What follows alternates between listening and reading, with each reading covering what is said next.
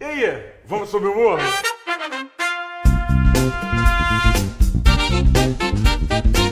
Caminho pelas ruas coloniais do Rio de Janeiro, vamos lá. A gente falou de Urca, né? A gente foi a Urca, fez aquele rolê pela Urca, foi super legal e pensou, imagina os navios portugueses chegando aqui e descendo ali na praia, coisa e tal.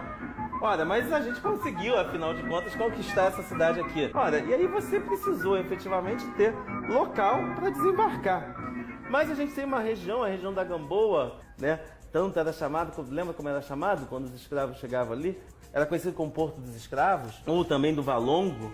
E né? aquela região, a Gamboa como um todo, ela traz essa lágrima, esse choro de dor. De alguma forma, é uma região forte pelo colonizador, é uma região forte, mas ela traz com ela um sentido desse Rio de Janeiro que teve parte da sua origem crescendo, chegando por ali. Como os locais têm significados e se ressignificam em determinados períodos, né? Posteriormente, ali foi o Porto da Imperatriz. Eu começo a pensar lá na colônia, ocupação do Rio de Janeiro. O Rio de Janeiro se define, naquele primeiro momento, na ocupação dos 4 morros.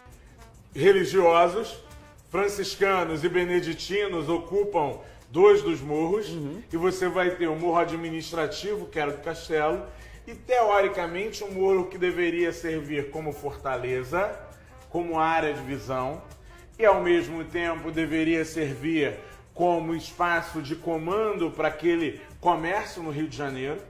Qualquer um que ocupasse o interior do Rio de Janeiro, você não tinha ruas, tudo passava entre os rios e a Baía de Guanabara. Exatamente. Naquela região. E subindo a Pedra do Sal, a gente vai ter o Morro da Conceição. Desce ali junto com os negros nos navios, passa pela Pedra do Sal e sobe o Morro da Conceição. Porque é um outro Rio de Janeiro diferente do que a gente viu na Urca, é um outro Rio de Janeiro diferente do que a gente viu lá entre Cinelândia e Lapa, mas que eles vão se significando e ressignificando. Então, hoje, essa região da Gamboa e principalmente o Morro da Conceição, ela ganha um novo ressignificado.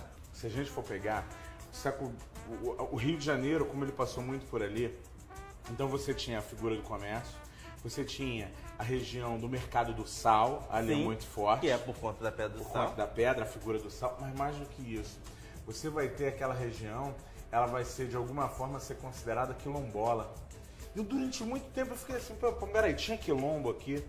E na pesquisa eu dizia assim, não tem quilombo, então qual é o sentido do quilombola?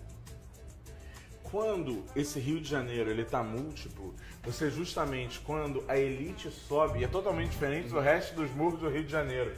A elite sobe o morro e no entorno daquela elite você justamente vai constituindo uma comunidade negra, uma comunidade que se relaciona, mas que são frutos, na verdade, não daqueles que saem da Lei Áurea. São os alforriados, são aqueles que compraram a própria alforria, que eram os escravos de ganho e vão estar constituindo verdadeiras comunidades ali.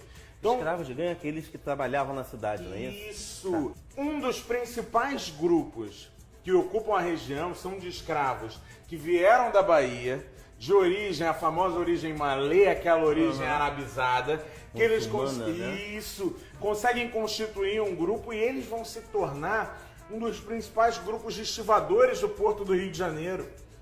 Quando os primeiros movimentos sindicais brasileiros dos portos vão começar a ocorrer, vai ter que dialogar com esse grupo. Então você vai ver, uma história começa muito triste, com a presença do comércio de escravos, ela vai se transformando e vai se ressignificando, ela vai ganhar um novo sentido, do qual aquela só uma área de orgulho. A festa que você falava é dos escravos da Mauá. O que é isso? É tentar recuperar um antigo rito, uma antiga figura, o Largo de Santo Antônio, São Francisco da Prainha, para você consolidar justamente essa dinâmica. E antes disso, você tem um movimento muito interessante ali, que é o da Tia Seata, né? A Casa da Tia Seata, que lá no século XIX foi, você tem livros e documentários que falam sobre isso, foi o lugar de resistência do samba, e ali também, segundo se diz, tinha o ponto da macumba, o das religiões afros de uma forma geral. Como dali até o entorno da Praça 11,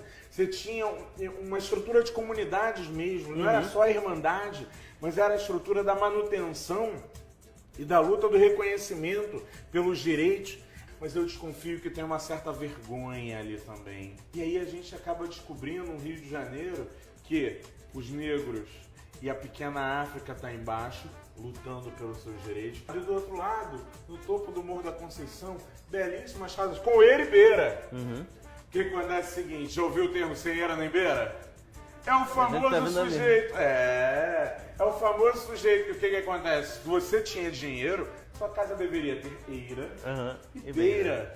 Senão, você era um pobre na vida. Você era um sujeito sem eira nem beira. Enfim, eu acho que visitar o Morro da Conceição é visitar um pouquinho da origem do Rio de Janeiro e, ao mesmo tempo, ainda conhecer um pouco mais dos problemas que a gente vai enfrentar. E é mostrar, e aí concordando com você, e é mostrar um pouco do Rio de Janeiro que os cariocas pouco sabem. Se os cariocas pouco conhecem Santa Teresa, os cariocas pouco conhecem também o Morro da Conceição, e eu acho que vai valer a pena a gente poder proporcionar isso. Vamos no nosso rolê. Beleza.